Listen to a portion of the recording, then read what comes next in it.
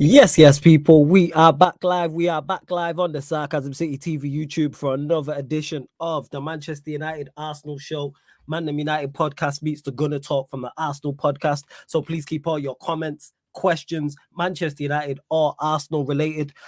Marcus Rashford responds to criticism he has been receiving. So of course we'll be discussing that. There is the small game, very small game coming up on the weekend also for Manchester United, Manchester Derby, as we travel to the Etihad. As for Arsenal, free scoring Arsenal, big goals everywhere, is another big win on the horizon. Obviously they face Sheffield United on Monday and they are in the title race, so the Manchester Derby has implications for them. I've never seen so many Arsenal fans and so many Liverpool fans be Manchester United fans for a week. And we was legit just talking about it before we went live on the show. But run up the likes though. Hit the like button on the video. Make sure you do that. Share this across all of the socials as well and subscribe to the channel Sarcasm City TV. So again, people, hit that like button. Make sure you do so immediately, expeditiously, forthwith.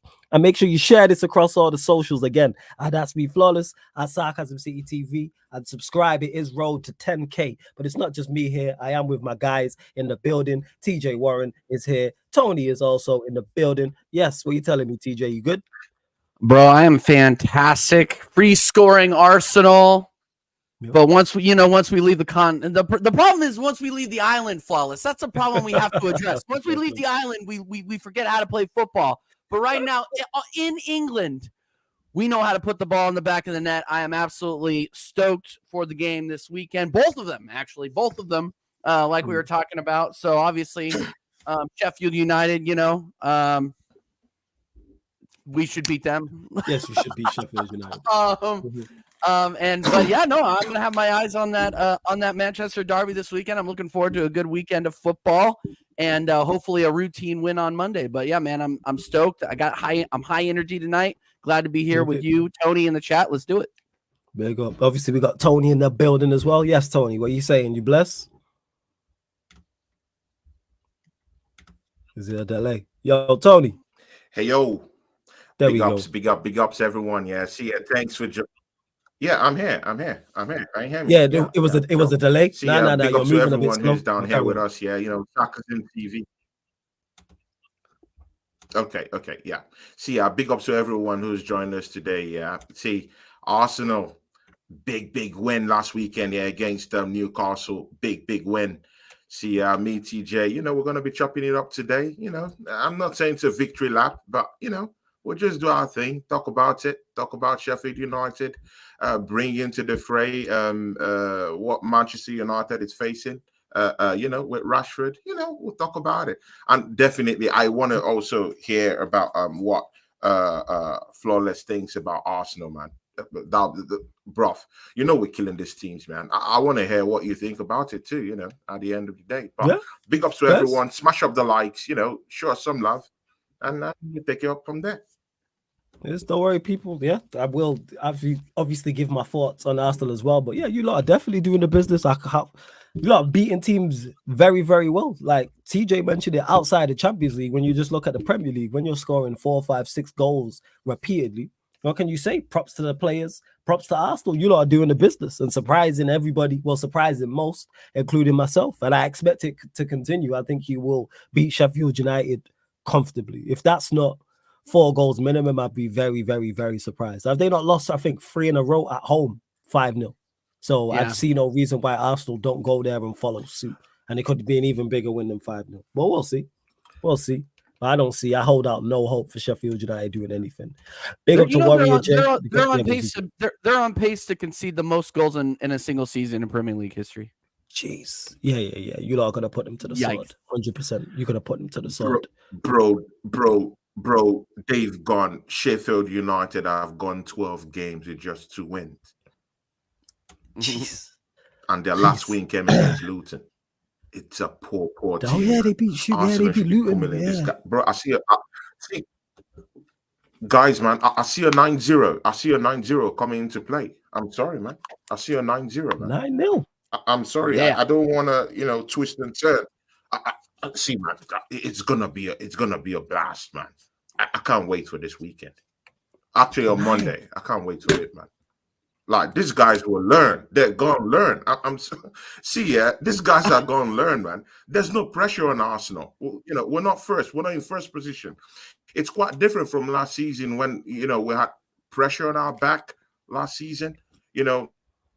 At the top 258 days, the pressure is there. The pressure is real. There's a big time league. But now the pressure isn't really there per se. I think that's a very, very big difference that people don't really understand or put down into the conversation right now. I think the pressure is different, but the pressure's there. Pressure, Yeah, the pressure's different, but it's there. But it's different. Yeah, it is different. Big up to Warrior. The cut says big up Flawless TJ. Yeah, but of course you can't compare it. You can't compare it to the pressure of last season. You can't compare it to the pressure of last season. Yeah, it's different. Last season, 258 days. The pressure is real. We literally broke under that pressure. So this one is quite different, man. Let them do their thing. Under 6 games, then we can just, roll up from there. But let's see. But big up to Warrior J. I see you. Big up Jade. He put some information in regards to Rashford comments that we'll speak about. Thomas Partey news that I didn't know about. Big up to Junaid. Big up to AJB as well, who says big up Flawless TJ Tony in the community. He's been a member of the channel for a month. Hey, salute to you. If you want to join the membership, link is in the pinned comment. Big up to Ed. Good to see you in the chat. Gang. Chat Sport. Sheik in the chat as well. My Don. Make sure you subscribe to Sheik TV. Make sure you subscribe to Veta Games TV as well. He says, I'm here to listen. Large up Flawless and the crew, TJ and Tony. Big up to Veta. You can catch it every Tuesday on the Manchester United, Manchester City show. Ed says here, Rashford needs to sack his PR team because they're doing everything in their power to put PSG off signing him. Marcus needs to do his talking on the pitch. I hear you, Ed, and he's been a member of the channel for 3 months. Dapper Traps says, I'm a Liverpool fan, but let's be real, Arsenal are going to absolutely destroy Sheffield at least 4 goals. Yeah, I think everybody's in agreement. I do not see an upset whatsoever. That's why I'm not even doing a watch along for it. I'm like, yeah, no point whatsoever. No point. Hey, big up King as well. But yeah, we'll start with the Rashford comments. We will start with the Rashford comments. It was a long interview, so we're not going to go through all the comments, but just the main talking points, or a couple of the main talking points. I said, so Rashford saying here, listen, I'm not a perfect person. When I make a mistake, I'll be the first one to put my hand up and say that I need to do better. But if you ever question my commitment to Manchester United, that's when I have to speak up. Let me pull up the rest of the comments as well. But in regards to this, before I pull up the rest of his comments, I do agree with you, Edits. Talking on the pitch, the reason why you are being criticized off the pitch and your commitment is being questioned is because how you look on the pitch, because how you performed on the pitch, because of, and I'm not one who talks about body language all the time, but you genuinely, I've said this about Rashford, you genuinely look unhappy. You genuinely look like you don't want to be out there. And then there's multiple clips from multiple games of you not closing down, not pressing, like just being... It's like we're playing with 10 men at times. So all the criticism you receive, even though some of it is over the top, guess what? You're playing for Manchester United and you're the number 10 for Manchester United and you're on big money. Of course, when criticism comes your way, it's going to be over the top, because some of it will be over the top because people are emotionally invested in the football club. But it's on you. You're the one who started that fire in regards to being. That's why people are questioning your commitment. Do you want to be here? You're saying you want to be here. But when I look at your performances, it don't look like you want to be here. It looks like you want to be everywhere else bar being on that football pitch. And again, I'm not talking about performing well, because performances will go up and down. That will happen. But the same way we talk about there's a way to lose football matches, there's a way to, if you're not performing well, you're still doing the basics. I talk about this day in, day out, every day that ends in Y on this channel about Manchester United not doing the basics and the players not doing the basics. And when you are not doing the basics, which you don't have to be, you can put us 3 out on there and we can do the basics. Press, you know what I'm saying? Control the ball, pass 5 yards, make runs. We're not asking for him to get 25, 30, 35, 40 goals. I'm not asking for every hat trick every single game. I'm not asking for assists. I'm not asking for 10 out of 10s every single game. Man's asking for the bare minimum. I'm asking for a professional athlete to run. And this is where we're at. So the criticism you receive is on you. That's how I'm looking at it. And I agree with you, Ed. Even though I understand why he is frustrated to an extent, because some of the criticism will be over the top. You have to look at you. This is self-reflection. People are questioning your commitment solely because of one man, Marcus Rashford. It's nothing to do with no mainstream media. It's nothing to do with your teammates. It's nothing to do with any off-the-field issues. It's nothing to do with content creators. It's nothing to do with social media. So if people are questioning your, hey, actions speak louder than words is one of the oldest sayings and one of the truest statements. That's why I don't pay attention to what people say. I pay attention to how they act. Don't tell me you love me. I don't need to hear that. Your how you treat me will show me that. You know what I'm saying, my big sister's never told me she loves me, but the actions show that. I'm practically her first child. Practically, basically. This is why she's such a good mom to my niece. This is what I figured out. I was like, oh shit, I'm just my niece, just older. You know what I'm saying? That's all it is. Like legit. Like it's actions, like for real. That's second mom, 100%. She ain't never told me shit, but actions. And it goes to that with a football, on a football pitch. Deliver. TJ, your thoughts on it? Excellent. I'll go to you first. No, I completely agree with everything that you're saying. I mean, in the Manchester United PR freaking circus, Ferris wheel goes round and round and round, man. It's you can't go 2 or 3 months without some sort of player drama. It's absolutely ridiculous. But you summed it up really, really well. And the only way I can kind of give my thoughts on this is your actions absolutely speak louder than words. No. The word that I would say that would really help Marcus Rashford out is self-awareness. Self-awareness. Yeah, you can do all the charities in the world and big him up for all that he does for the community, big him up for all that he does to expand his brand. Like obviously as a footballer, that's really, really important. Go out there, make your bag, do what you got to do. But if you're not delivering on the pitch and you're out and you're walking around the pitch with your head down, how are you not going to get criticized? If you're not performing, how are you not going to get criticized? Right. So the fact that he has to come out and defend his dedication to Manchester United, man, this is on you. The difference between this and the Sancho situation is Ten Hag isn't coming out and saying anything about Rashford. So this is all on him, man. So he needs to be a little bit more self-aware. Like you said, do the basics, pick his head up, and act like he gives a shit. Because the way that he's playing doesn't say that. So yeah, those are really my only thoughts on it, man. And look, as a player, I am a fan of Marcus Rashford. Watching that guy play when he is absolutely balling is a treat. But what we've seen this season ain't it. You know, we saw a glimpse against Arsenal. Other than that, what have we seen? Right? So yeah, man, I hope for his sake he picks it up. He finds some self-awareness and you can move on.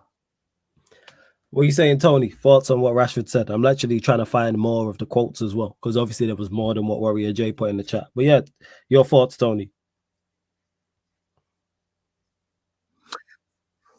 Yeah. See, this Rashford thing, it's a very difficult pill to swallow if you're a Manchester United fan. Last season, Rashford scored 17 goals. I've said this on some other streams. This guy scored 17 goals with a couple of assists last season. I'm not saying he's a 25, 30 goal scorer or something like that. He'll give you the barest minimum. I think that's what we expect from someone like him, right? With what he's given to Manchester United, you expect him to get to that level. But see, it turns into something different when this guy is only having 5 goals in about 32 games this season. Man, he scored 17 goals. Your talk right now should be on the pitch. I clearly agree with you and TJ on this one, Your talk should clearly be on the pitch. TJ, I also agree with you talking about, he should sack his PR managers or his agency, running that stuff for him, man. Like, what are you doing? You're in the midst of, a serious takeover in your football club, You claim you love the club. You know there are going to be changes coming up to this football club, whether we like it or not. Money is going to be pumped into the football club. More players are going to come in, probably during the summer. And right now, if you claim you love this football club, you won't be doing any PR stunts right now. You would be on the pitch doing the talking. You would be preparing for that next game against Manchester City, thinking of doing a Macarena on the field at the Etihad. You should be thinking of doing the Macarena. Yeah? How about Macarena. But don't break out the Macarena, Rashford. Don't do that. I'm telling you, bro. I'm telling you, man, he got to do the Macarena. But see, Don't do. see, Pull out a let's better get this dance move than the correct, Macarena, man. Do the moonwalk or something. You know what I'm saying? You can doggy. You know what I'm saying? You can milli rock. Let's Anything. Is Do it the 90, money dance. 1997 again? What happened? Yeah, man. We just went back to the 90s, man. I said down already, you know. You know what I'm saying? He should be doing the Macarena. He should be doing the the Macarena on Sunday. I'm not But trying to see, see let's that. take that away from If him. he does the Macarena, Tom will go there. I'm telling you, man. I'm telling you, man. But mate, see, look at one of the quotes. Yeah, this was what got me down there. He said, I think because he was coming from this is where it started from. I think some of it goes back to the pandemic. I was just trying to use my voice to share that kids weren't going hungry, to make sure that kids weren't going hungry, because I know exactly how it feels. For some reason, that seemed to turn or rub some people off. Now, see, yeah, you talking to the media, yeah. You've been, trying to help the community, help the kids. I see you. I hear that. But again, you're a footballer. That's your job. Like, what Is it comes? joke up for you? Hey, Tony, Yeah, repeat What that. You're people breaking up. get, the Hey, first thing they Tony, hear your name you're breaking up. is Say that again. Rashford. Say that again. Most of these people. I think he's on a delay. Yeah. Yeah. You say that again. You broke up a little I bit. said, That's all. most people. Yeah, sure. See, most people won't see Rashford, the humanitarian. Yeah, when his name comes up, in anything about football, people would know it's more about football, it's more about Manchester United. That's where they go to. They're not looking at him as a humanitarian, they're not looking at him as a party goer, no, or as a reality show. No one cares about all that. What they care about is Rashford, the footballer. And right now, he's not really, putting his money where his mouth is. See, that guy's raking in 350. Yeah, I think Sheik put that down there in the chart. Shout out to Sheik down there. But see that 350, K per week. See, guys, that's huge, man. And with 350K per week, you should be giving me nothing less than 25, 30 goals in a season. Come on, man. How much is Haaland being paid? Mo, I'm sorry, man. Rashford, man, do your talking on the pitch. I'm sorry, man. And for him to even reply this statement, man, what is it with players these days? Yeah, is it a Gen Z kind of thing with players kind of opening their mouths in the media these days? Just the other day, yeah, Zinchenko opening his mouth to a Manchester United legend, just waffling about, yeah. The other day, it was who else was TJ? Who else was talking to all these legends to Ian Wright? Oh, I don't know what you're talking about. I'm sorry. Ramsdale, right? Oh, Oh, you talking about Ramsdale when he's talking to Ramsdale was I talking know to what you're Ian talking about. Wright. That he can't concentrate on a game for 90 minutes. But oh yeah. That was a couple of months ago. What is this urge with these players? Yeah, of this age. Yeah, exactly. Of this age, talking, replying to the media. Keep everything out of the media. Focus on football. That's why Ramsdale can't even get into the team, because he opened his mouth in the first place. Zinchenko, his place is at stake right now. He can't defend. He said he can't defend. You're talking to the media. Yeah, of course, you get those media criticisms, but just keep your mouth shut. Focus, play, and let's see you, put your money where your mouth is on the pitch. And this is where Rashford is getting it wrong. Replying all this, all this media stunts, yeah. Those guys just want to make money, and he's just walked straight right into the trap. This was a carefully made and carefully orchestrated trap by the media, yeah. And you know what? Yeah, that reply he sent in a day ago, man. He just walked in to that trap of the media. See, they're gonna roast him. Every single day every single weekend he doesn't score a goal. They're gonna call him out. He's gonna be ripped to shreds all over the papers. Because you're a footballer. That's why they're paying you 350. Shut up, play football, and just do your thing, man.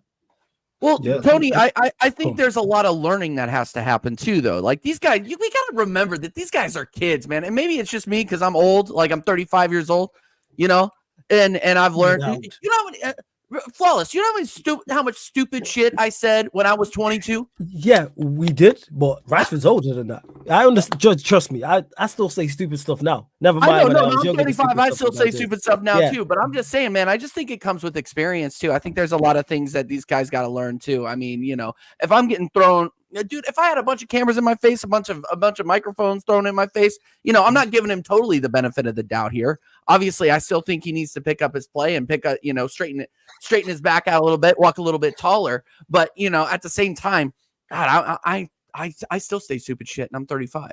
Yeah, so I you think know, it's all a learning thing too. Yeah, a little bit. it's more so because he's a professional footballer at Manchester United. Why say anything?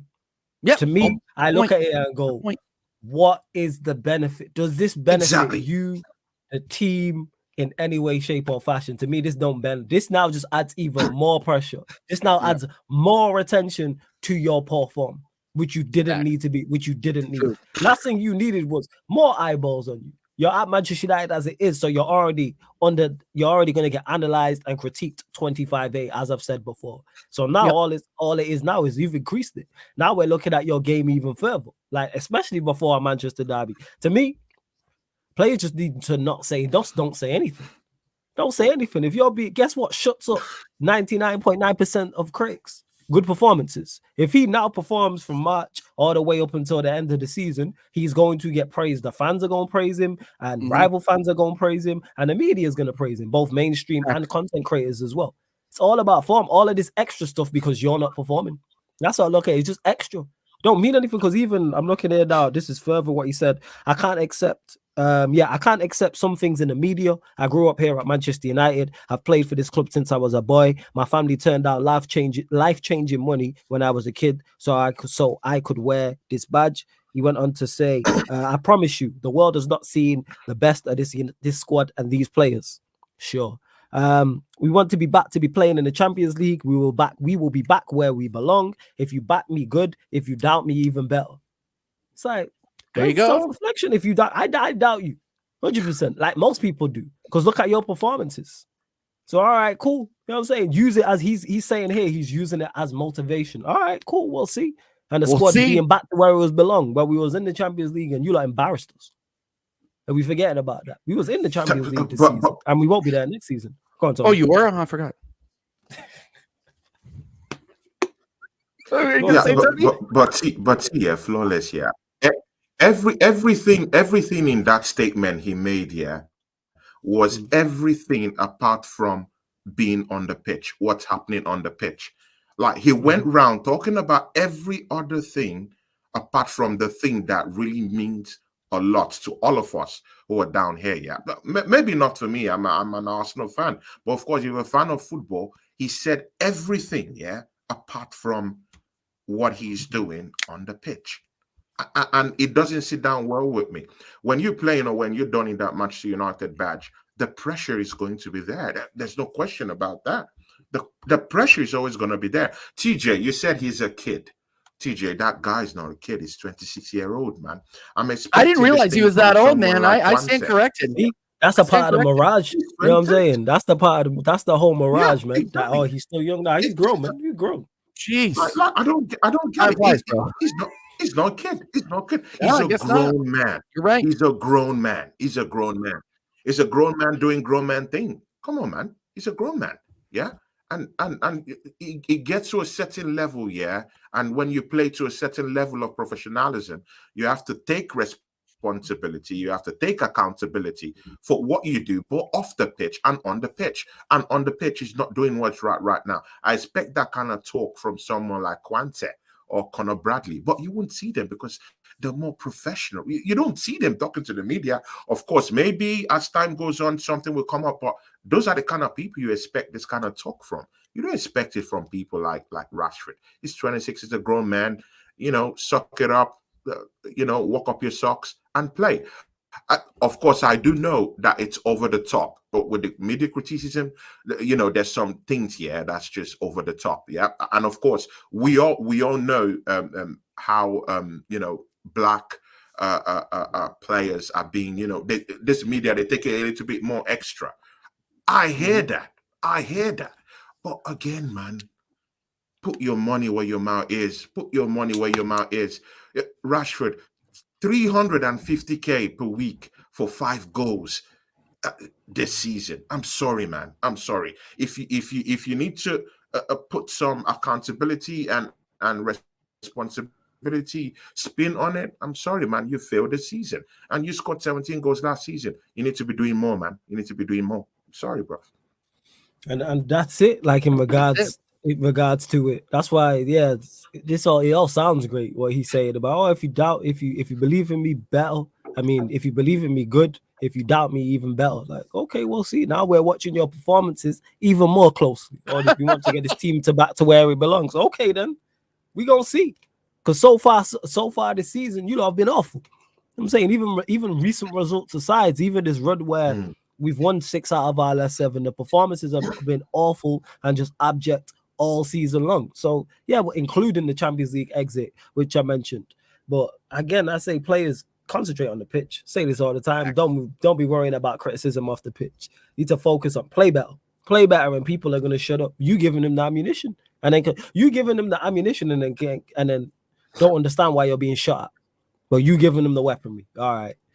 Big up to Cam for the super chat. He says Trashford. That's it. Big up to my dog Cam every single time. Guy joke, man. Shout out Cam, real one out there. Big ups Cam.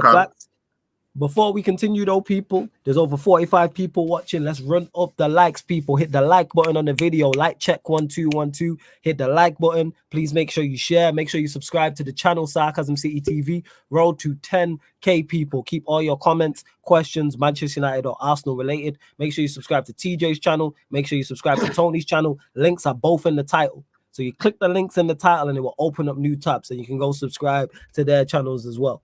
Let's see what else you lot are saying. Neutral football fans this evening all. I do think Rashford would find his form again away from the weight of the United shirt. Still a player in him. Just United, not the environment for him. He's not a leader or someone to carry. The thing is, neutral football fan, I genuinely don't think he is a bad player.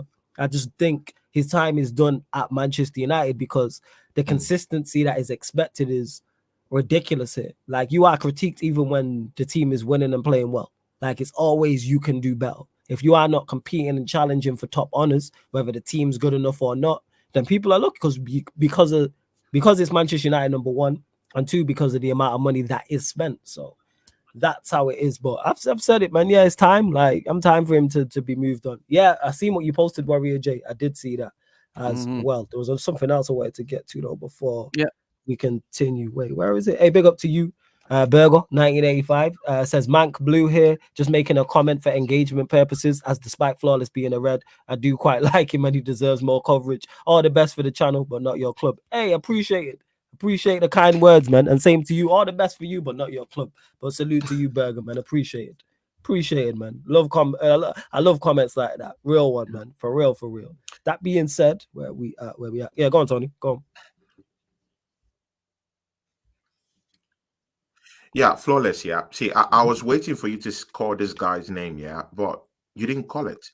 And I've also, in relation to this Rashford matter. Yeah, I'm surprised that people haven't linked it with Eric Ten Hag's style and way of playing. I know you've called Eric Ten Hag out, many times about why and how he has switched his gameplay from last season.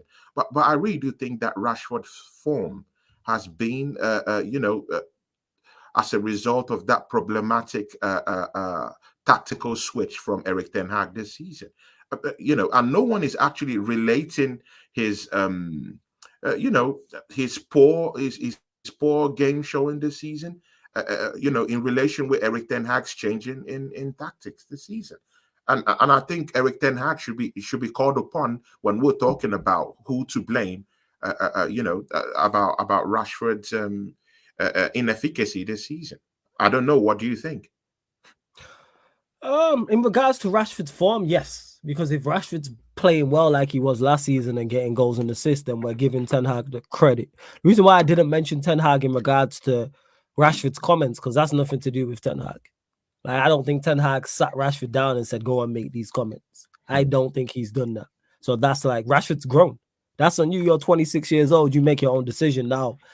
Ten Hag after this should be telling all of his players, don't speak to the media. This don't help us. We don't need this. This doesn't help you. It doesn't help me. And we're all in this together. It doesn't help us. I say this all the time. Rashford doing what he's doing, yeah, he's maybe frustrated, but again, it starts with you. So with Ten Hag, it's like I criticize Ten Hag for a hell of a lot, but I don't criticize him for this. No. That's not on him. Now, Rashford's form, yes, you can look at like on the pitch, like the entire team. That's why I critique Ten Hag every single week and how we set up. Because that's what I'm saying. He's responsible for Rashford's form. Oh yeah. Of course, to an extent, without doubt, and that's why I want this manager gone, 100%. Like without doubt, because as bad as these players are, I don't think they're as bad as they're showing. They're better than this. Where much, and I seen that last year. I'm not expecting you to be exactly like last year, but it shouldn't have fallen off a cliff the way we have from the first season to the second season. So even a small drop off. It's not even a major drop off. It's like a completely different team. And the fact is, the vast majority of the same players are there. On paper, you have even better. I've said this before. On paper, it's better. You have more talent and you have more investment and more of the players you wanted, but we perform worse. That makes sense. That makes no sense. So you had tools to do a job and you did a very good job. Then you get better tools and tools you needed to do the same job again and you do a much worse job. Something's off. But again, panicking, that's what it is. Pressure. Like I was talking about Rashford, Ten Hag's the same. Because I think Ten Hag is actually a good manager. I just don't think he's a good manager and cut out for this level. There's levels to this. And some managers are elite tier, some are first tier, second tier, third tier. That's not him. And we've seen other managers like the same way Emery failed. Do I think Emery's a good manager? Yes. Is he good enough for where Manchester United or Arsenal trying to go to? In my opinion, no. He ain't going to win you a Premier League or Champions League. But hey, Europa League, FA Cup, League Cup, or domestic cup in whatever country. Absolutely. Conference League, he's your guy. Same way we've watched Ten Hag. If Ten Hag goes back to Ajax or he goes elsewhere, I think he will be successful to an extent. Do I see him going to win a domestic league and a Champions League? No. But could I see him going to, well, he's won leagues in Holland. He won a Carabao Cup over here. I could see him winning domestic cups. I can see that. And it's just levels to it. That's all it is. So people get it confused when they hear me say, oh, he's a bad manager in regards to where Manchester United are trying to go to. Because we are looking for the top 1% of the top 1% of managers. And that's a small pool. Look how many managers have won the Premier League in our lifetimes. Is it not like 5 or 6? That goes to show. And look how many have managed here. You know what I'm saying? Is it 5 or 6 out of what? 150? Sure. Yeah. 200? Yeah. Like, there's levels to this type of thing. Like, look at the ratio. That tells you all you need to know. And even some of them have only, how many managers have won it more than once? You're talking Fergie, Mourinho, Wenger, Pep. Am I missing anybody? I think that's it. I think that's it. There's been 4 managers in the history of the Premier League in 30 plus years. Did Ancelotti win it twice or once? I thought it was only once. Ancelotti won it. It won it once. Yeah, that's my point. I can't remember if he won it once or twice. Was it just the once? So this is what I'm talking about. Yeah. So 4 managers in the history of the Premier League have won the competition more than once. That goes to show how tough that is. And we've great Ancelotti's, your Klopps, other great managers who have been here. So that's what Manchester United are looking for. And that's even tougher to find than players. But people are going people going still back this manager for whatever reason. I have no idea. To Beezy who says, why does this happen with every manager we have though? Because there's levels to this, like I was just talking about. We are looking for the top 1% of the top 1%. You know, needle in a haystack settings is worse than that. We are looking for winning the lottery. We are looking you guys. And here's the thing. I think it's so funny this coming from a Manchester United fan. You guys had the guy that set the bar for years and years and years. Oh, now you're crying. Oh, why don't we have a manager? You hit the lottery already. You literally have the best manager to ever manage in the Premier League ever, and I don't think anybody even comes close or will come close. Literally. Yeah. Like you said, that still has a long way to go. Yeah, it's a lot. It's lottery ticket settings. When we talk about the best managers ever in the Premier League era, if we go from the start all the way up until now, we'll use Pep because he's the most recent and here. That's not normal. Managing at the level, this is me saying this as a Manchester United fan, the level that Pep is managing at is not normal. You're not just going to find that anywhere. It's having the winning lottery ticket. Same way with Sir Alex Ferguson. Same way with a Wenger. Same way with an Ancelotti. Same way with prime Jose Mourinho. These are special talents. Gifted. There's a difference between being talented and being gifted. And the managers we are talking about were gifted in their field. Same way there's a few footballers who are actually gifted. And that's what you're looking for. It's very, very tough to find.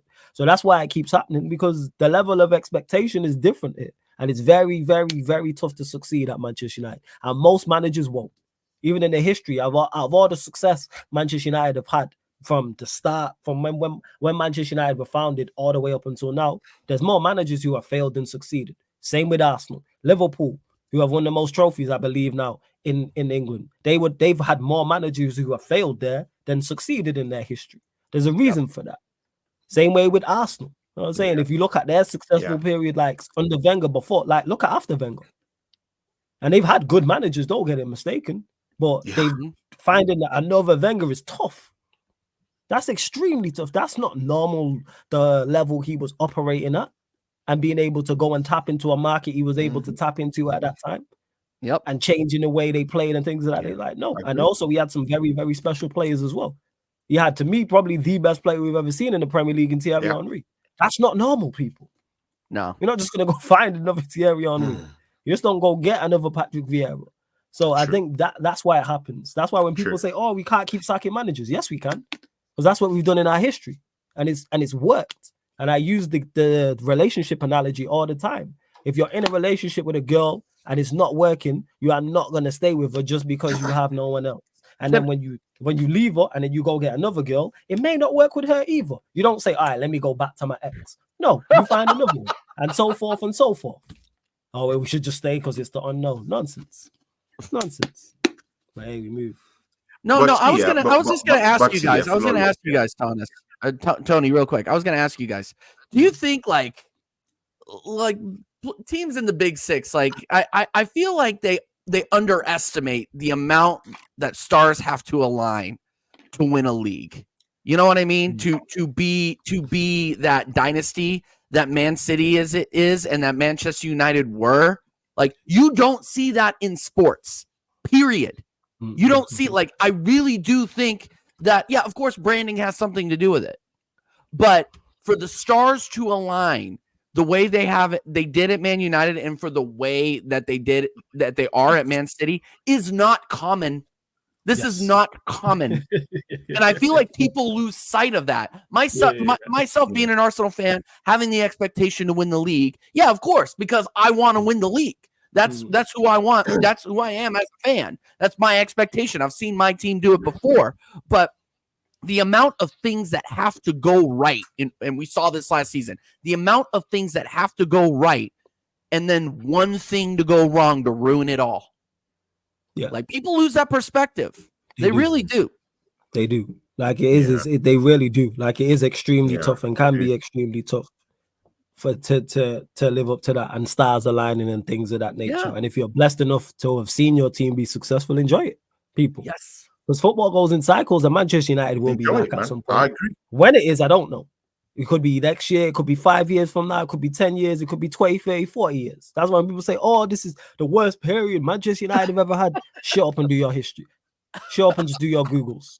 You know what I'm saying? Please talk to some elders. Like, relax. Like, people would be going way over the board. And is this the worst history? Is this? No, Manchester United have gone longer without an English league title. Manchester United have also gone longer without a European Cup. Manchester United have been relegated, ladies and gentlemen.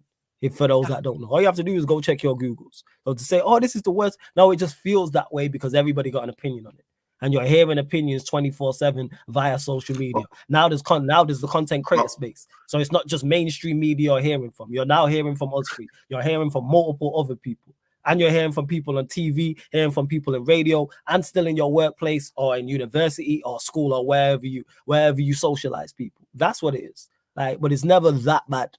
United will be back. When it is, I don't know. I'm frustrated as anyone as a Manchester United fan. I'd love to say, yeah, it's going to be next year. It might be 30 years from now. We might not win a league title until 30 years from now. Maybe. It could be 10 years from now. Who knows? Who knows? Yeah, go on, Tony.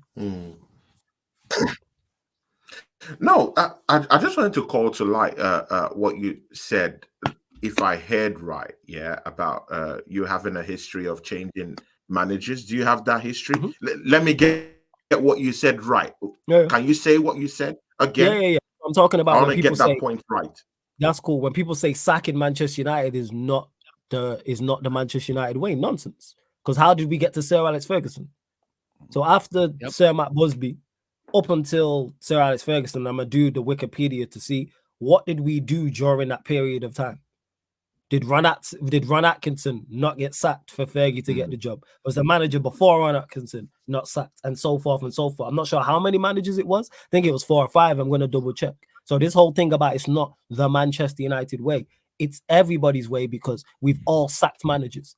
What club Recency has had the bias. same manager for 10 years, 20 years, 30 years? It don't exist. It don't exist. It's a myth. So when people No, say, the "Oh, it's not reason the why, Manchester United way," the reason why, nonsense. Go on.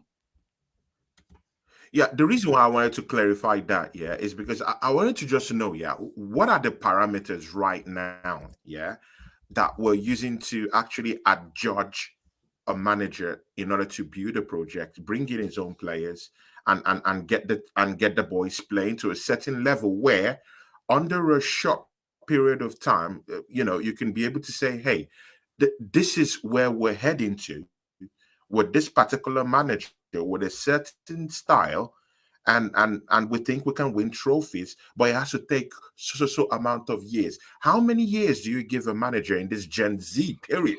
Yeah, in order to manage, build a team, bring his own players, get them playing a certain style of football, and get you to win a trophy. Even if the trophy doesn't come in the first maybe 2-3 seasons, but how many years is more, is more kind of like okay enough to say, hey, um we'll give this manager this particular time, because Arteta has been there at TJ for how many years now? This is fifth season, right? We're coming up, yeah, And coming up on 5. in his fourth season, he got us in, yeah, 5. Yeah, this is fifth season. Yeah, good. Mhm. He spent 5 years, and he'll be spending 5 years in that Arsenal dugout. But again, throw that all away. In his fourth season, he started challenging for a title. Yeah, bottle jobs. I totally get that, but it was in its fourth season. Have you given Ten Hag that amount of time to actually bring in his own players, do what he has to do in 4 seasons to be able to say, hey, uh, um, uh, he's going to win us a title so time? Have you seen enough flawless to say that this manager is going to win you trophies before making that decision that you want him out? Yeah, of course, you know me well enough to know this. I got a question for you before I answer though. You mentioned there 4 years. Why does he get 4 years? I think because he won that FA Cup, so it gave him a little bit of leverage to, okay, good. You Carabao won Cup. the FA Cup. Okay, we think, okay, you FA can Cup. do Carabao. this. It was Carabao. No, I'm talking No, he's talking about of Arteta. Mikel Arteta. He won it. Oh, right. Okay. Oh, So yeah, I'm so to talking answer of your question Arteta. in regards to it, Yeah. that this is kind of like when we try and define and we'll debate like what's a world-class player. Everybody's metrics different. So what I want from a manager may be different to you, Tony. And then what you want from a manager, Tony, will be different to TJ. And all three of us can sit here and debate what we think, what we would like our manager to do. So for me, with Ten Hag, what I look for in any manager is not Ten Hag. One is consistency. So I need to see a consistent style of play. Forget what the style is. Is there a consistent pattern? Can I turn around and pick out a player and say, oh, such and such would fit what we are trying to do? Such and such is a Manchester United player. How come I can look at, I always use these as an example. I always use this team and this manager as an example to show it's not about spending money, it's not about quality. Everton, who are mid-table to a lower table team, I can pick out an Everton player and a Sean Dyche player. I know exactly how Everton are going to set up. I know exactly what they're going to do. And then to go back to the top of the league, I can pick out a Pep and Manchester City player. I can pick out a Jurgen Klopp and Liverpool player. To bring it back to the show, I can pick out an Arteta player. So that's just one. There's many things I look for, but one of the things I look for, like I said, is a clear style. Secondly, then I look for effectiveness of said style. Because you can have a style, but if it's rubbish and it's not getting us nowhere, I'm not with it. Van Gaal had a great style. Van Gaal had a great possession, but it was just possession for possession's sake. Definitely. The amount of nil-nils that we had. So in terms of a style and consistency, I also look for progress.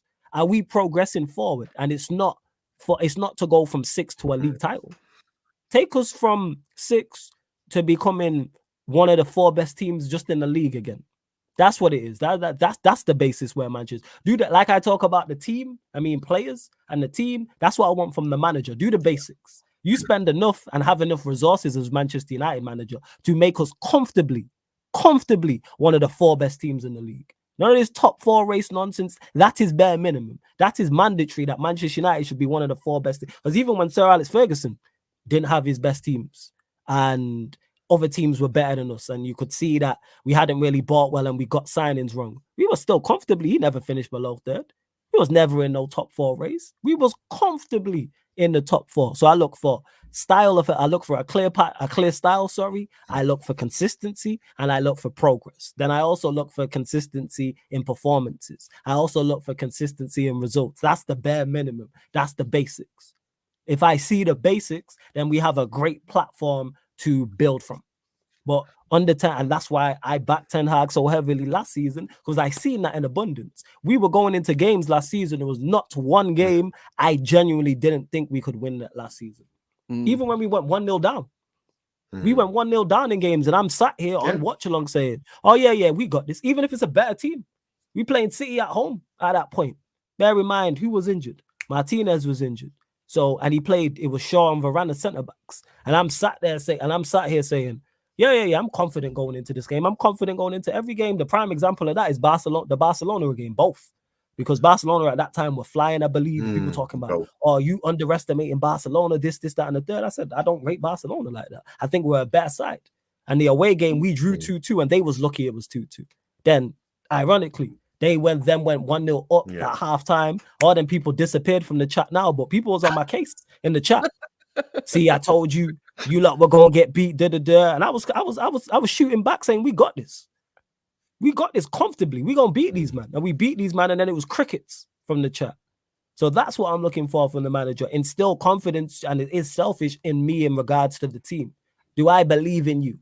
Do I believe you can go and then on top of that, that's when you look for progress in regards to the smaller trophies. So your Carabao Cups, your FA Cups, if you're in the Conference League or Europa League. And then I look at how do you manage against the bigger and better teams, the Cities, the Liverpools, the Arsenals? How do you manage in big games, etc.?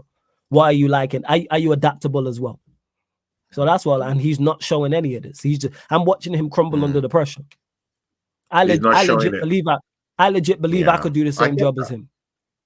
Like, that's where I'm at. Like, once it gets to the point where it's like, I could manage, I could do what you do. Like, so that's why I got no time for Ten Hag. But okay. And big up to Steve. I get that. It's just that Arteta came. It's just that Arteta came 8th twice. Yeah, I think got us to 5th in the 3rd season. Yeah, and then started challenging for titles last season. Yeah, so some people are actually saying on Twitter, at least some Manchester United fans I've been seeing, they've been telling me, "Hey, man, see, Arteta came 8th twice. Got 5th. Eric Ten Hag didn't do that last season. He won us a trophy, took us to the Champions League, and that's good. So why is it that this season everyone is just bailing out on him? There'll be rocky times when you're a manager. This is what my friends, some of my Manchester United friends are telling me. Let me ask you a question. Again, have you watched this, Tony? He got time to build. Tony, and right now he's challenging for trophies. Has that same time been given to Eric Ten Hag? That's all I'm saying. Have you watched this? Have you watched this season? Have you watched Manchester United this season? Do you think we played? Sure. Okay. Do you think we played well? Yeah, sure. No style of play. I get that. No. Forget style of play. Do you think we've played well? At all. Have you seen progress?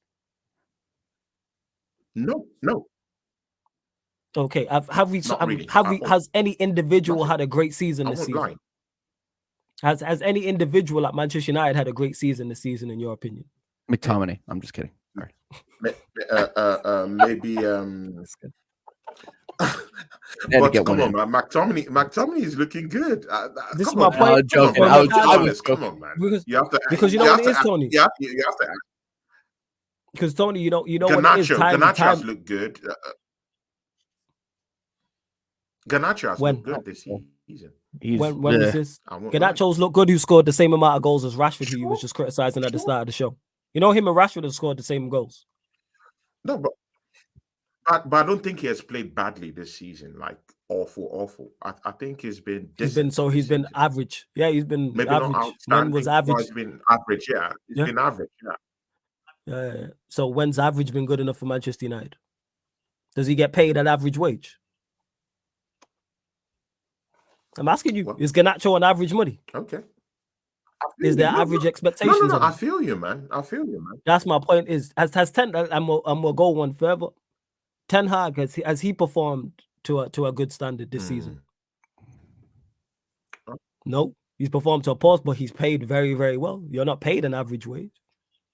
You're not doing anything. What's the positives? What's he done well this season for you, Tony? You're talking about giving him time. What has Ten Hag done well for you this season? I didn't say it. See, why do you guys like criticizing the radio guy? I was telling you what my friends were telling me. It's not my opinion. I think you should sack Eric Ten Hag. Absolutely. Why do you guys have to crucify the radio guy out here, man? One, you're not the radio guy. Man, don't try that. I want you to sack your manager. Of course, I do. Yeah. So, no. It's because you said... I'm not the bad guy here, man. I'm not the bad guy here. You're playing devil's advocate, and it's cool. So I'm responding because you are playing devil's advocate. Because you said, why not give him time? So I'm giving you reasoning as to why not to give him time. Because time is earned. You know what I'm saying? Like, there's no expectation of time. Like, that's what it is. At Manchester United, I'm not waiting around. What? I'm not waiting. Am I in a relationship and my gal got fat and I'm waiting for her to lose weight? What's going on? What means wait? I'm not waiting around for Ten Hag to get right. Like, what are we doing here? These guys are big Man United. Like the people that are still bigging up Ten Hag, man. Like, look, the only reason I haven't absolutely lost my mind about Mikel Arteta yet is because there has been incremental improvement that you have seen, and he did give us one trophy, and he's giving us. Here's the one thing that he's given us, and I'm not trying to put this over to Arsenal, but hope. You know what I mean? And that's what's keeping this guy in the job, and it is absolutely killing me. So we're reaching an impasse, right? You're already past the impasse with Ten Hag. Yeah. I think it's jokes, and I really enjoy watching it. And long may it continue. Manchester United have been grade A entertainment this season. I really enjoy it. But if you're talking about, you can't compare the two because you're talking about Arteta, who has had incremental improvement, but now we're coming to a crossroads from an Arsenal perspective that we have to win something. We have to win something now. Because the incremental improvement stops the season if we don't win something. No, and then we gotta listen to the excuses. Exactly, man. After we get second or we get third. You know, I hope we win. Don't get me wrong, but that's the difference. That's all it is. That's the difference. And that's it. And just to get to, I just want to get to a couple of things as well. Big up to Berger again. It's nice one, flawless. I appreciate people that give measured opinions regardless of the club they support. Much respect for you, and also Saeed. Hey, salute to you, Berger, man. Much appreciated. And to Assembled, who says, haven't United had a lot of injury problems? He hasn't had the personnel available to play his formation properly. This is something that gets brought up a lot. Assembled, and I mentioned it here, mentioned it on Lee Gunner's channel, Saeed's channel, Troop Shot, literally everywhere I've been. I have mentioned this because this is an absolute nonsense of an excuse of player injuries. Well, use Manchester City, who at times this season have had who have been criticized, and fairly so. We've all heard, Manchester City are not the same this season. They may not win the league because of that. We're looking at Pep, etc. But they've had John Stones injured, who's arguably their best centre-back. They've had Kevin De Bruyne injured, who's arguably their best attacking midfielder. They also had Haaland out, who's arguably their best attacker. How come we don't use that excuse for Pep? How come no matter who's missing for Manchester City, we expect them to perform to a certain level? And that is rightfully so. Because guess what? If you are a manager, at times you are going to be without all of your starters. One, whether it's injuries. Two, whether it's suspensions. Or three, you might actually have all your starters, and guess what? They may lose form. So if you are relying on all of your players to be fit for your system to work, you know what that means? The individual quality of said players is bailing you out. your system is no good. Because we watch Liverpool. Look at all the injuries Liverpool have got. And this is how you lot know I'm not hating, because I'm using the rivals as an example. Liverpool got all them injuries, yet they still perform to a certain standard. You know why? Because Klopp has put a system in place where even if there is a lack of quality and there's a drop-off from their better players, the system is still there to help. What it is with Manchester United players, we rely solely on the individual qualities of our better players. So our Varane, Martinez, Casemiro. For example, I'm just using those three examples because I think they're our three best players. And now when you take those players away, or like we've seen with Martinez at the start of the season where he wasn't playing well, Casemiro at the start of the season where he wasn't playing well, this is why we were a shower of shit. This is why we had one of the most embarrassing Champions League exits we've ever seen. This is why we're on 0 goal difference in March. This is why we've got 10 losses before the month of March. What are we talking about here? This is why we're 9th in the home form table in the Premier League. This is why our performances are absolutely awful. This is why we've given up over 100 shots in our last 5 to 6 matches. How much more evidence do you need to see, whether it's eye test or stat test or both, before you go, you know what? This manager is just not it. And it's not all on the manager because the players are not doing the business. But the manager still needs to get more out of said players. Because last season, when Steven Gerrard was at Aston Villa and they was in a relegation battle, no one were praising those players. Emery goes in there, I think signs 1 or 2 players, all of a sudden they're in a race for top 4. Surfer says it all the time, and I hate giving credit to him because it's Surfer, but coaching matters. You know what I'm saying? Coaching matters, and people act like it don't. Of course, you ain't going to win the big honors without top quality. Of course, you're not going to. But when there's a drop-off, like I said, we don't use that excuse for Manchester City and Pep. When they don't do the business, Pep and the players out there receive criticism. All the injuries Klopp has. If Liverpool go and drop points to whoever in their next game, who's receiving criticism? Klopp and, Klopp and his teammates, and his players, and so forth. Same with Arsenal and Artel. TJ and Tony ain't trying to hear, Timber was injured, or Saliba. Some Arsenal fans tried that, Saliba was injured because we lost the league. So I said, your whole system relies on one man. You're not that very good a manager then. If your whole system relies on one individual. The backup's no good. Say it. So one man is that detrimental to everything you have going on. You got Saka, Martinelli, Jesus.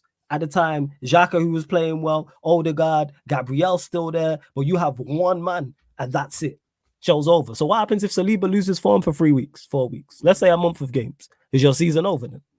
Because bear in mind, people, just to clarify, every single time Manchester United were in a title race with Sir Alex Ferguson, every single time, without doubt, we lost the league title is because somebody was injured. All the way back from the 90s up until when Fergie retired. Anytime we was in a legit title race, we lost because somebody was injured.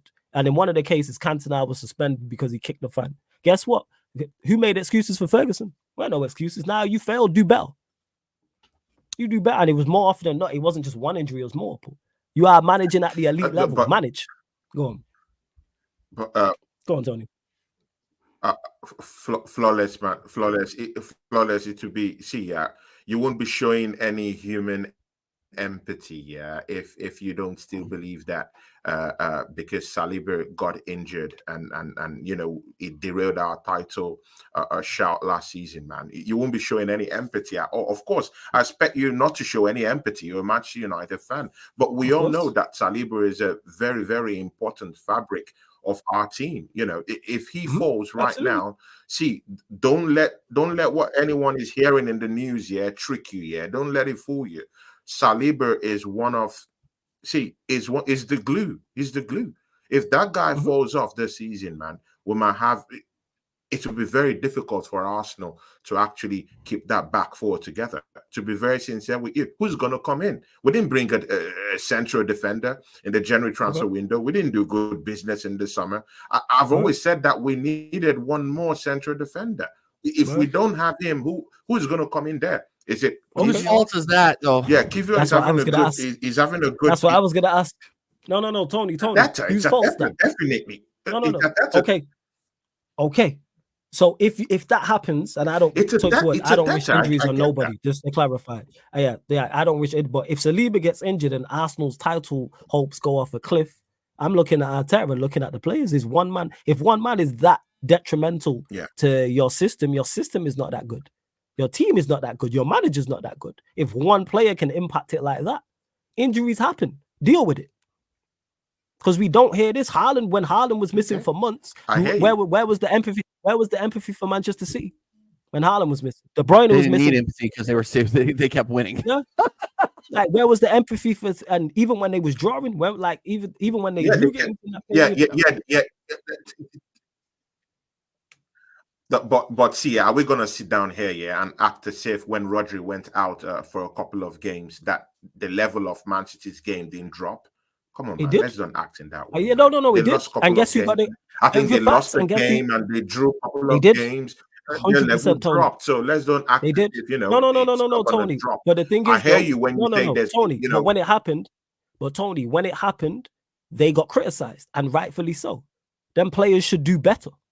I know I can't speak for everyone. I can only speak for me. When Rodri gets injured, I don't hear that. Perform better. I hear you. All that talent. You got the GOAT. Arguably the GOAT in some people's eyes. He definitely sits at that table in my eyes. And we're saying one man is that detrimental that you go to shit. No. Pep manage better. If you're as good as everyone, if you're the GOAT that everyone says, do GOAT things. Yeah. That's why I don't hear that. Let's say Rodri, I don't know, again, don't wish injuries on anybody. Let's say Rodri gets injured now from the end of the season. I'm not hearing from any City fan or anybody that City only lost the league because Rodri's injured when you have all that talent and you have a manager in charge. No. And you have Pep in charge. Same with Arsenal. Same with Arsenal and Saliba. Same with, use Klopp and Salah. I'm not hearing that. Manage. I would say work around it. One man can't be that detrimental to your team. That's me though. Again, too much sympathy. What? No. Nah. Too much talent. No. That means your system's not that good. But see, it's just. But again, look at Newcastle. At the time, Newcastle had up to nearly 11 players out. Yeah, and it distorted their season. They had to go to Europe. They had to play in the league. They had to play cup games.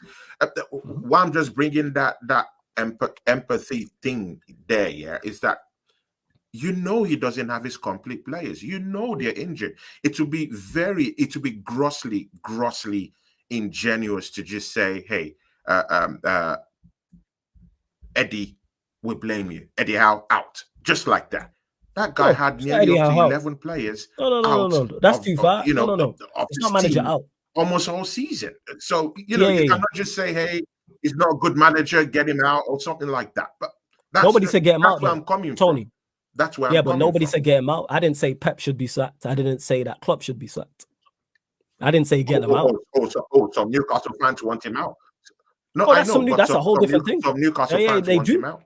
I disagree. You know what? Steve's on. Hey, here the thing is though. Steve's on this channel all the time. He's a Newcastle fan. I disagree with him on that. I don't think Eddie Howe should be sacked. I don't think he should be sacked. So I agree with you, Tony.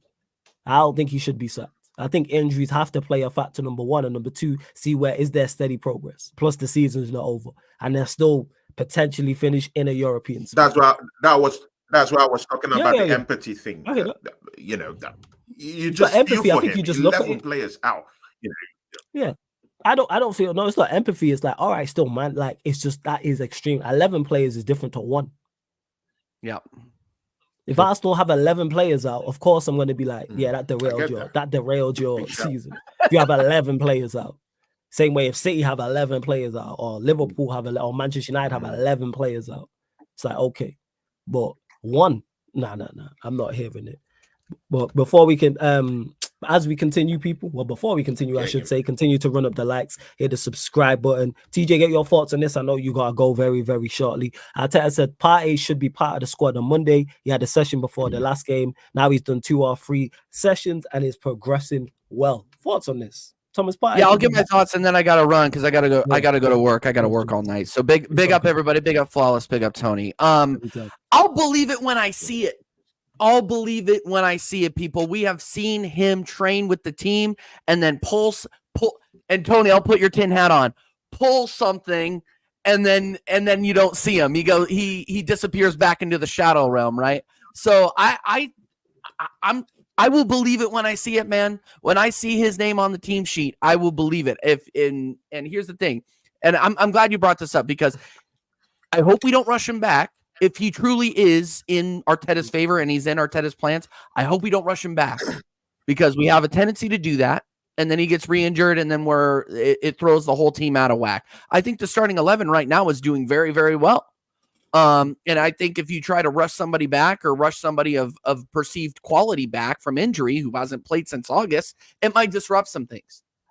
So let's pump the brakes a little bit on the excitement. If he is healthy and we think he can do a job, put him in. But I'm not. But I think honestly, like it doesn't bother me either way because the form that we're on in the league right now. I don't think we really, and I've said this before, I don't think we're going to lose in the league until we play City. We're free. The starting 11 that we have right now has the potential to carry us through to City. So don't disrupt what's working. Yeah. Don't disrupt what's working. So yeah, that's my thoughts on Partey. And Yuri and Timber, same thing. Gabriel Jesus, same thing. I'm glad Gabriel Jesus is back on the bench, but he needs the whole bench until somebody needs to be dropped. The only person that could possibly be dropped at this point, just due to his up and down form, is Martinelli. Put Jesus on the wing. He wasn't performing at 9. So these guys that are coming back from injury, don't rush them back. Yuri and Timber especially. I think that guy's going to absolutely cook at left wing, but let's not ruin him by rushing him back. Yeah. That's fair. Exactly. Those are my thoughts on it. And then Flawless, I gotta go, man. I'm sorry. I know you do. Don't stress, man. It's all good. Don't need to apologize, man. You're a working man. It's all good. Before you go, though, just one quick thing, TJ. Yep. Scoreline prediction for Sheffield United Arsenal. Oh, 4-0. 4-0 Arsenal. We're putting them to the sword. 4-0. Subscribe to TJ's channel. The link is in the title. It's also underneath in the description. It's also on the featured channel page. So hit the subscribe button. Big up to my Don TJ every single time. Go subscribe, people. Go subscribe. Floor is yours. Thoughts on this, Tony? Thomas Partey, back training. It's looking promising.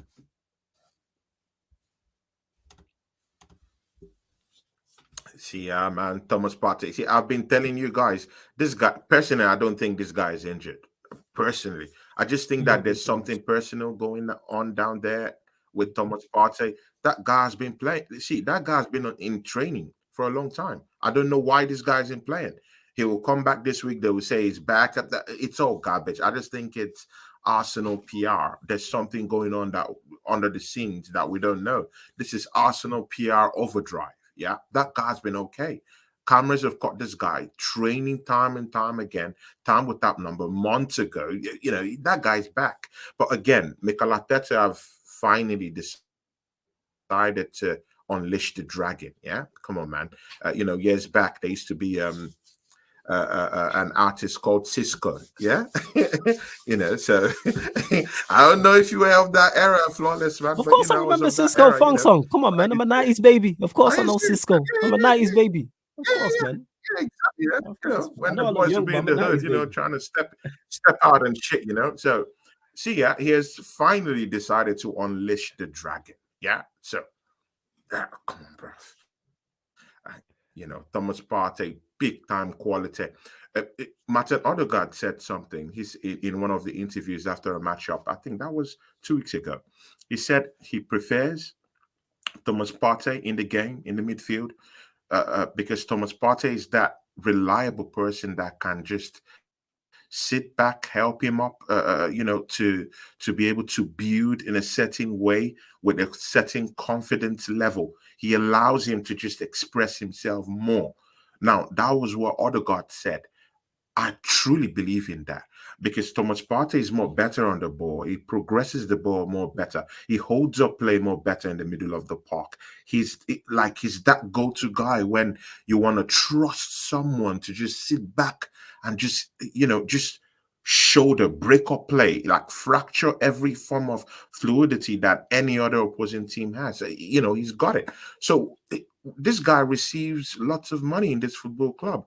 After all, we might lose him by the summer. Why don't we get him to play? So, Mikel Arteta, thanks for unleashing the dragon. Let's see. Bring Thomas Partey straight right back in. That guy hasn't been injured. That guy is not injured. He's okay and fit to play. Let him play on Monday. And again, it's against Sheffield United. I really think we'll pummel these guys, yeah. They're going to be up for a pounding. So, let's put him down there, get some necessary fitness, get up. I'm telling you, they'll be pounded, man. I'm serious, man. Look at what we're doing to this team. Hey, yo, I just got it. I just got it.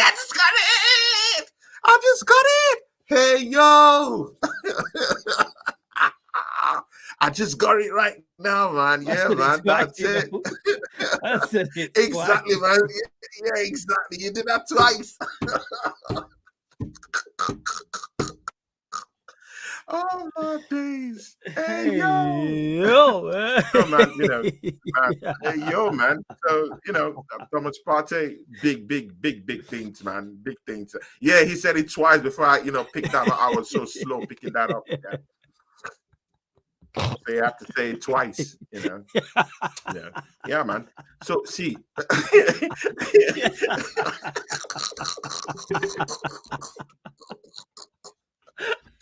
Oh my days. Shout out to the people in the chat.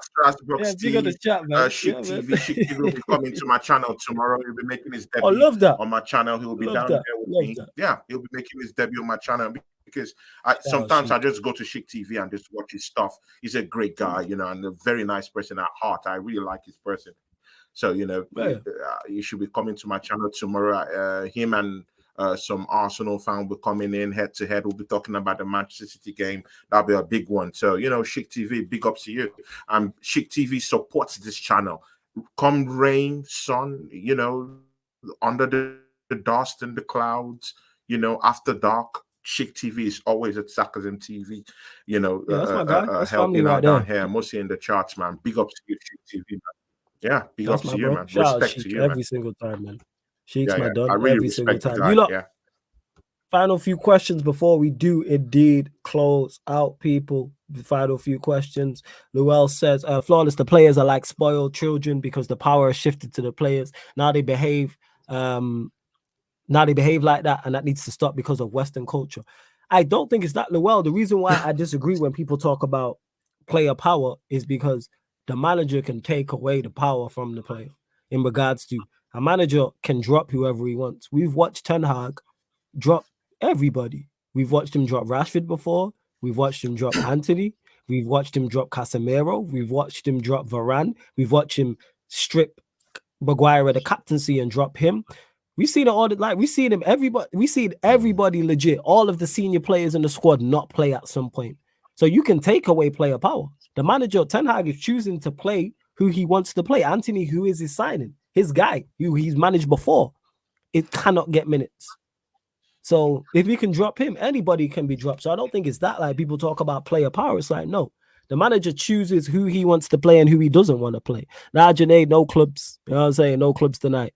Yes, Man United at 5 p.m. tomorrow. Yes. For those that don't know, I'll explain it at the end of the show. But yes, you are going to get 2 editions now a week of the Man United podcast. So Tuesday, obviously with the gang, and then Friday with the same gang as well when they can make it. So Ivorian, Dan Sillyman, Rhino, Leon. You will also see Eddie on the Friday edition and the Tuesday edition, and you'll see Sheik as well. I don't know what. Yeah, Steve crazy, man. Steve mad zesty. I don't know what's going on with Strasbourg. Strasbourg Steve. Yeah. Steve. Yeah, Paul Steve. Bro. He drinking at Malibu. We don't roll like that down here, man. Yeah, we don't roll like that down here, man. Bro, pause, man. Pause. That Malibu is please, man. That's haram. Haram, bro. Haram. Crazy. To neutral football fan who says Flawless as a United fan, assuming that Ten Hag gets sacked and top 4 is unattainable. It's part of you hoping you finish 9th outside of the Champions League. I genuinely don't think top 4 is unattainable. That's the crazy part. If we had a competent manager and it was a cohesive unit, we're comfortably in the top 4. Look at how bad we've been this season and where we are in the table. Let me just double check that. I double check how many points we are currently now off top 4. 1 second. Hold up. 8 points. You're 8 points off top 4. So we are 8 points off top 4. 8, and we've had 10 losses. Bro, you know I got my stats in my head, bro. I should stats like a rotisserie chicken. You know that right now, bro. Come on, man. You're 8 points off the top 4, man. 8 points off top 4. So to answer your question, neutral football fan, we are 8 points off top 4, and we've had 10 losses. We are 9th we might be even lower now, but we were 9th before the Fulham game in the home form table. So if we put together any form of points, I mean, any run of consistency and results, we'd be comfortably in the top 4. But no, I don't want us to finish 9th outside the Europa League. I want the next manager to have the Europa League. One, because it's it's an achievable trophy. It's definitely a trophy you can target and you could potentially win. On top of that, it's a European trophy. On top of that, it's another chance at getting back in the Champions League as well. So I want the next manager to have Europa League. Same way Mourinho had it and won Europa League. Same way Ten Hag last season, I still stand by this, should have won Europa League last season. We were the best team in that competition. I'm still annoyed that we didn't do it. And the way we just threw the game away against Sevilla, but we move. So yeah, in regards to it, no, I want us to finish in the Europa League spots. And if we happen to finish in the Conference League, win that. I'm all about trophies. Win trophies that are available. Is the next manager going to win the Premier League? Highly unlikely. So then you look at the FA Cup and League Cup, which you can win, both of those. And then add in the Europa League. I'm all for it. You don't drink before work, all right, first then. So you just being that free for no reason. Flawless, there's a question from AJ. AJ put a question down there for you. This one, yeah. Could you pull that up? Yeah, exactly. Yeah. That one, yeah. Question for Flawless: if you win the FA Cup, does that save AJ, just before Flawless answers that question, yeah. Yeah, go on, Tony. Yeah. See, I don't really think that's the question you should be asking. I think the question you should be asking is, when would you leave the FA Cup? Come on, man. You know you just scraped through that win against Nottingham Forest.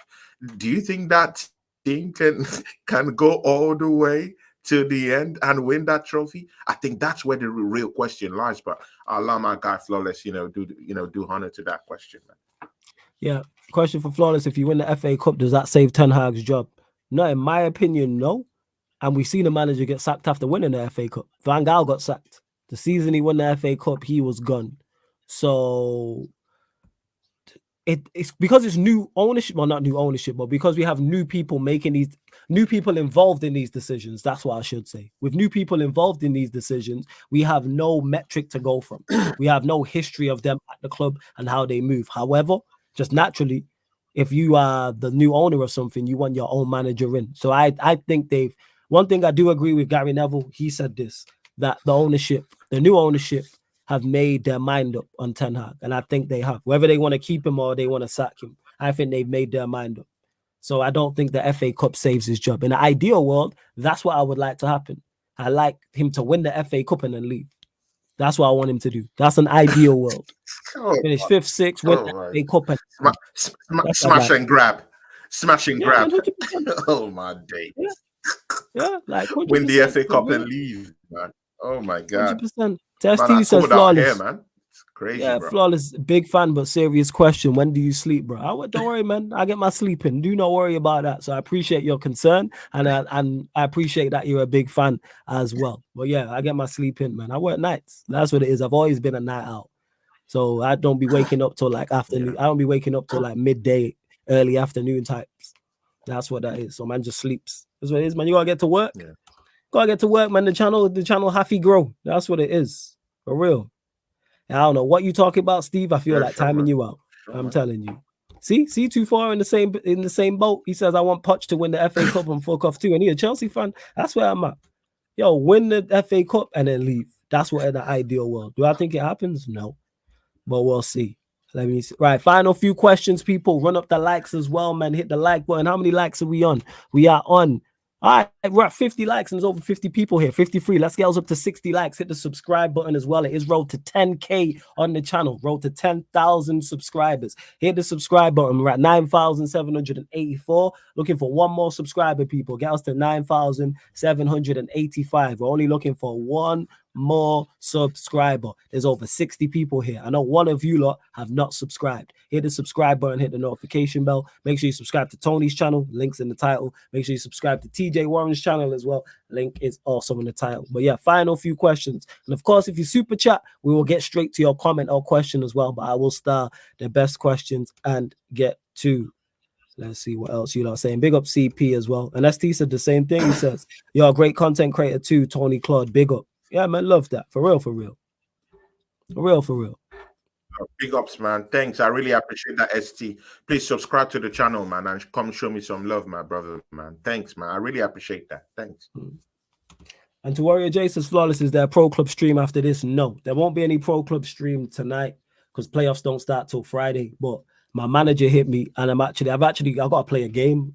Pray for me, you lot. You know what I'm saying? Like, that's where I'm going to struggle. So obviously I used to play 11 aside all the time, but I'm still like in contact with the team because I played with this team for years. And my manager hit me up and was like, we got a cup game on Saturday. Are you available? And I said, yeah, but I am far from match fit. And he was like, we're down to a bare 11. So Saturday, I'm out there early morning. So I'm just praying that, yo, man, I just need 20 minutes, man. Like, just give me a quick, like 20 minutes, 15 minutes in the second half, and I'm good. I gotta play any longer than that, I am finished. You know what I'm saying? I am finito because I've not played football in.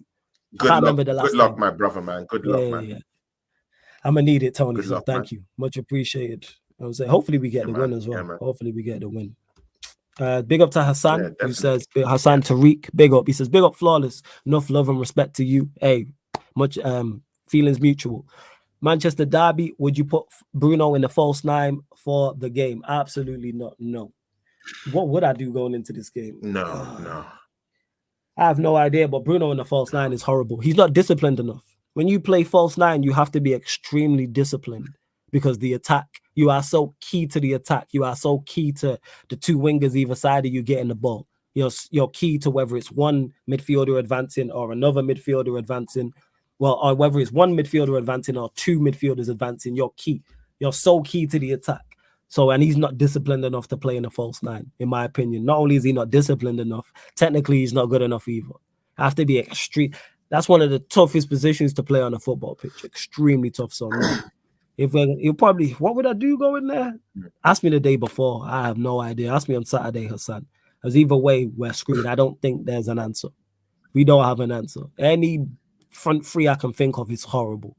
I don't want to see Bruno as a false 9. I don't want to see Rashford play up top.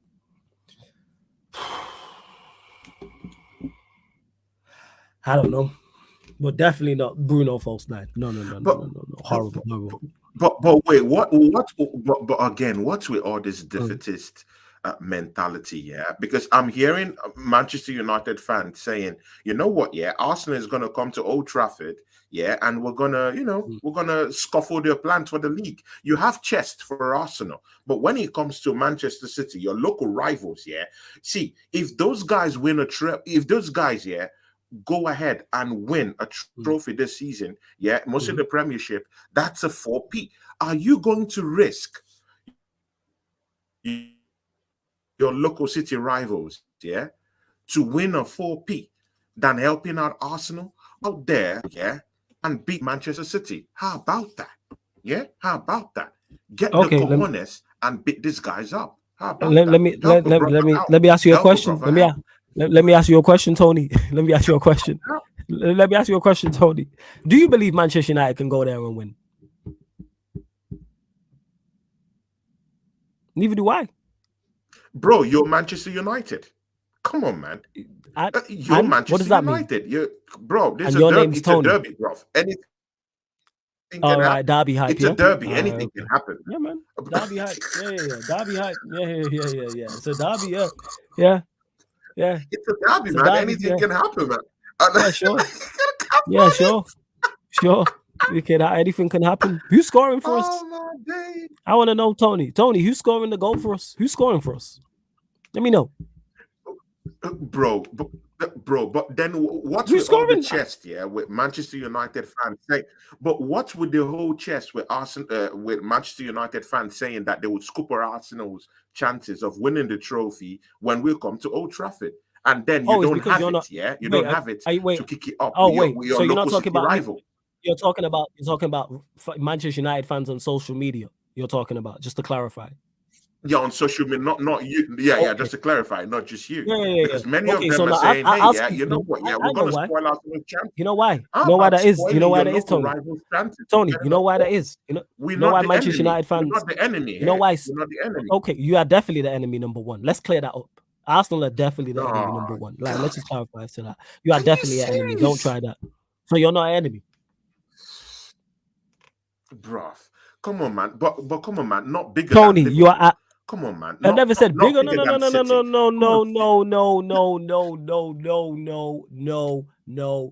Hold the phone. Never did I say bigger enemy. I just said you are an enemy. Liverpool are also an enemy. Manchester City are also an enemy. You're all enemies. I can't stand any of you. Yeah. You are enemies. But however, the point, where was the original point was I making in regards to why Manchester United fans have more chest on social media for Arsenal? You know why? We have more, certain Manchester United fans have more chest for Arsenal than they do Manchester City. You know why, Tony? You know why that is? Because you are not Manchester City. You are Arsenal. Why? And they are better than you. They are better than you. That's why. They're better than you. What do you think? All right, so let me ask you another question. Let me ask you a question. What's a tougher game on paper? Wait. Let me ask you a question. What's a tougher game on paper for Manchester United? Manchester City away or Arsenal at home?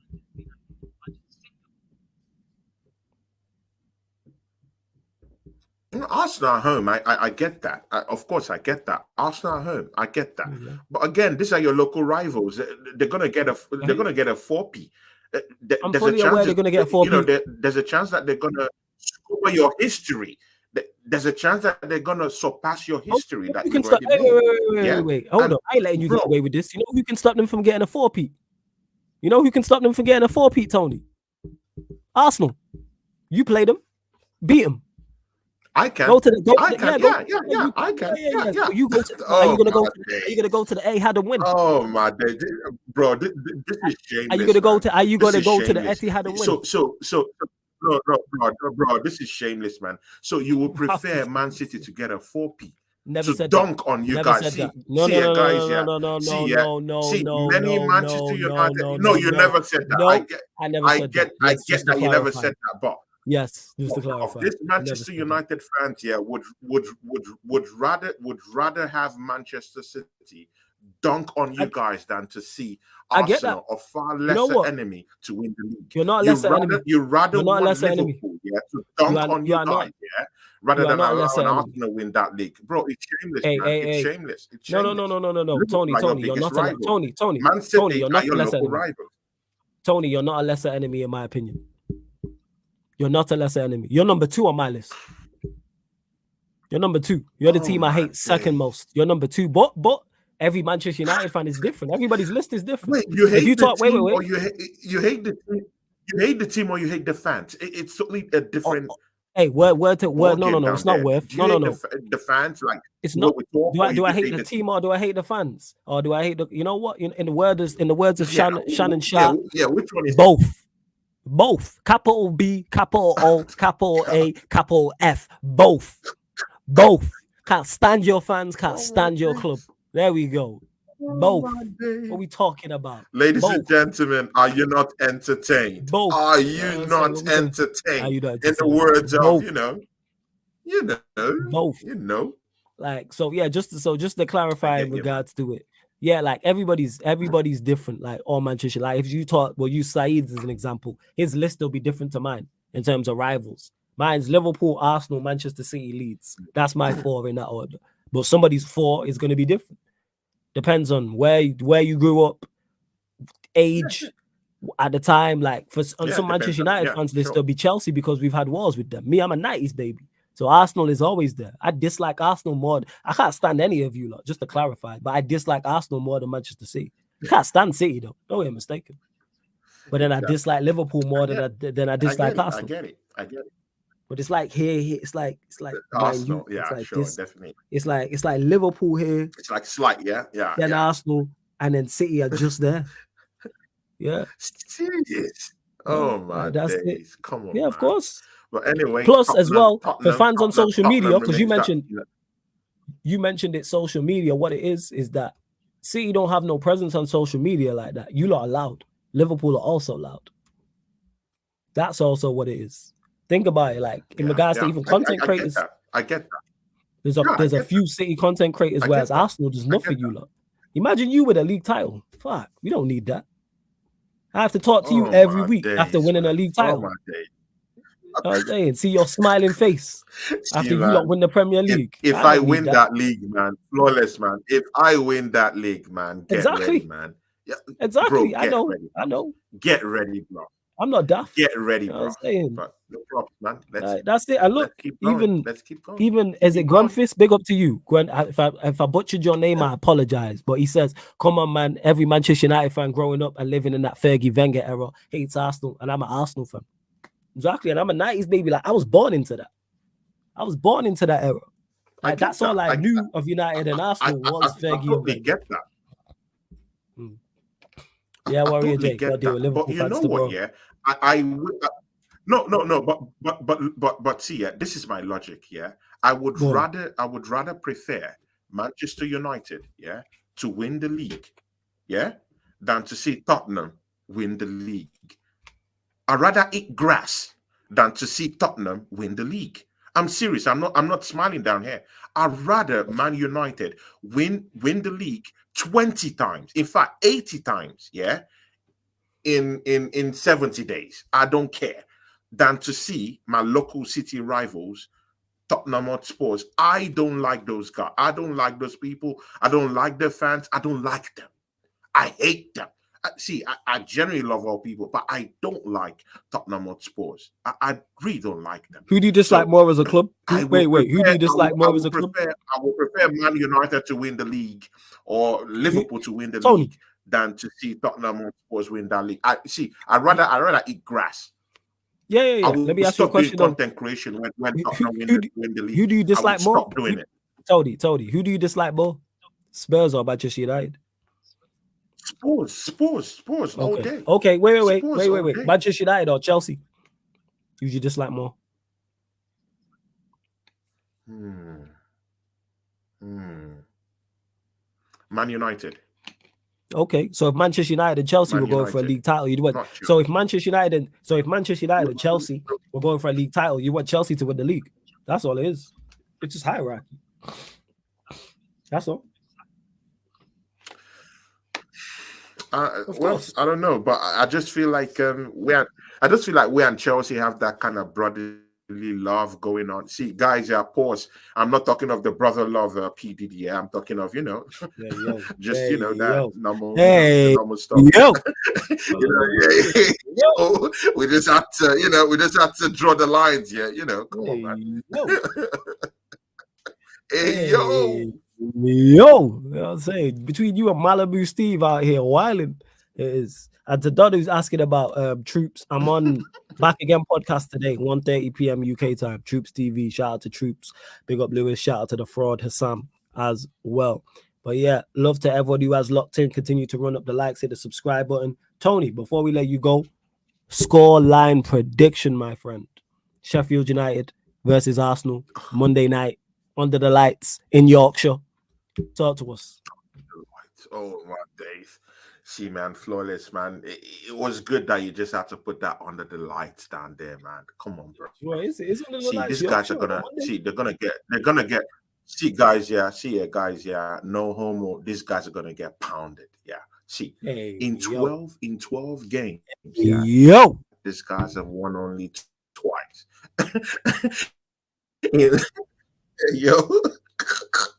See, guys, I don't know which other word, because a massacre is even less than what I think. These guys are gonna get. See, they're gonna get dismantled. It's like, there you go. Use dismantled, bro. There they're gonna be blown out of the stratosphere. No, I'm serious. Yeah, dismantled. Yeah, exactly. Flawless hates that word clearly, bro. See, man. We're gonna destroy these guys. Yeah, see, because I don't see any silver lining. There's no shining armor. There's no light at the end of the tunnel for these guys. Yeah, in 12 games, these guys have only won twice, and the last game they won was against a poor Luton team. So these guys are in for a smashing. Yeah, and again, see, this game will get us to actually kind of like rest our main players, because this Sheffield United, it's a home game. We'll just chill, play under the lights, relaxed environment. We could just keep our main players for that Brentford game, and just Just play the guys that's coming back. For instance, Thomas Partey, I want to see him have a cameo in that. See, let's even start him. This Sheffield United, it's not a big opposition.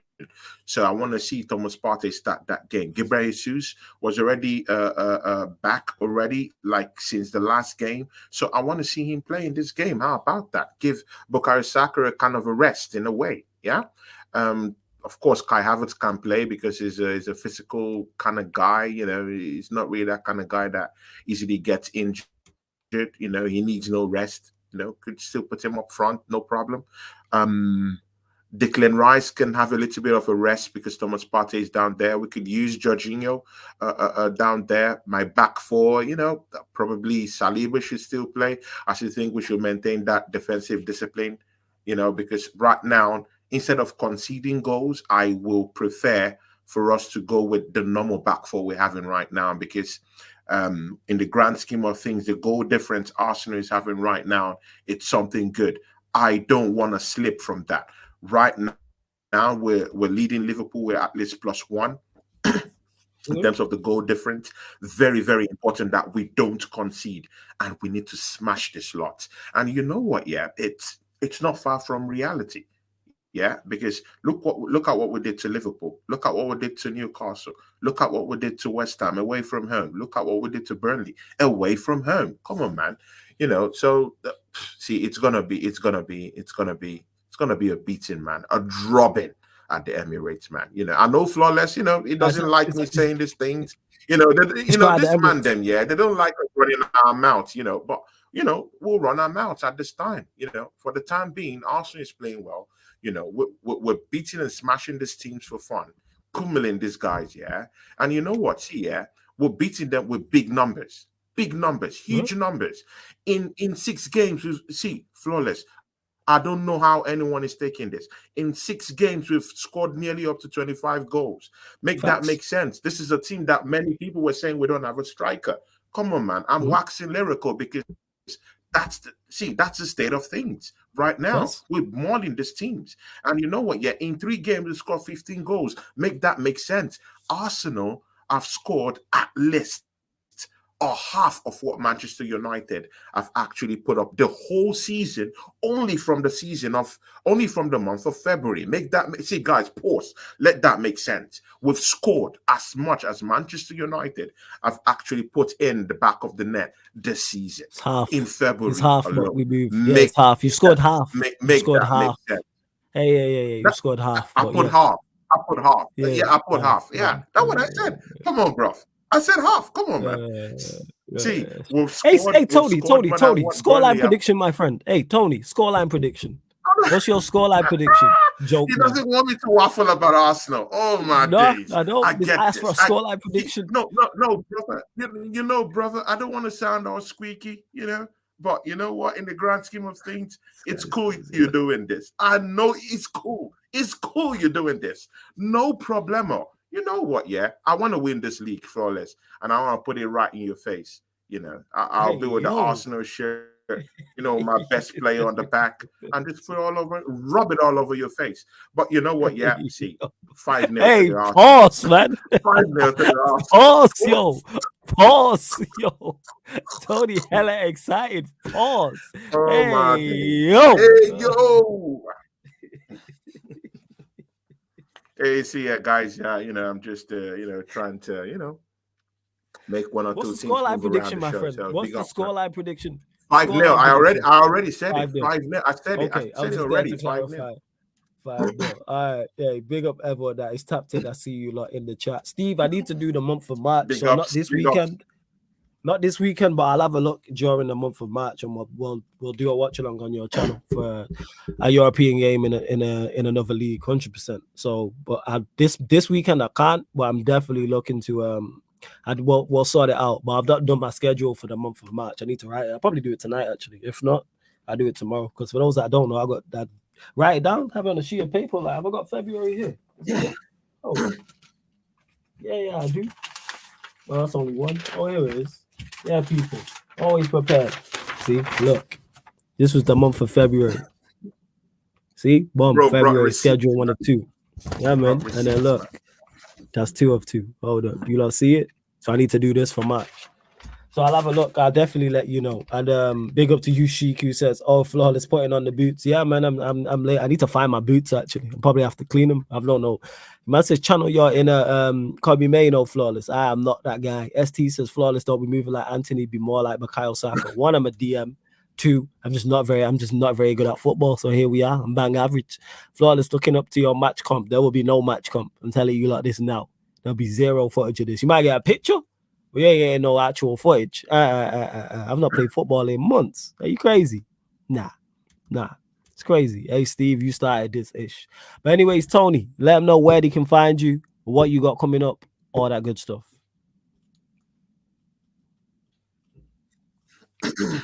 Yeah, man. See you guys. Yeah. See, number one, you, the people that come here to watch. Yeah. See, I'm always so grateful to you guys. Yeah. To just come around down here. Yeah. And just show love. Mostly to this show. Big ups to you guys. You guys are the real heroes. And thanks for joining us. Thanks for your comments and thanks for everything. See you guys. You could actually find me on Tony Cloud Gunner TV. I run an Arsenal fan channel. Many other fans, rival fans are welcome to my channel, and come show me some love.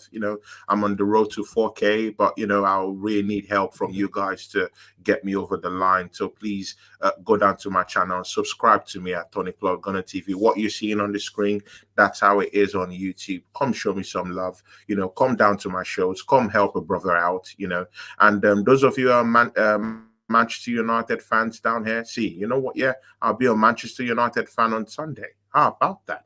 Because I really want you guys to do something for us on Sunday. Help a brother out. Help a brother out. So, and of course, to you, Flawless Man. See, Flawless Man, big ups to you, my brother, man. It's nice to always come out here and do these shows with you. I know, of course, you're a man of the people. Definitely, I know lots of Arsenal fans that you could do this show with. Definitely, but thanks for seeing something in me and trying to help a brother out at the end of the day. Thanks for giving me the opportunity to come and to be a family member on this channel, man.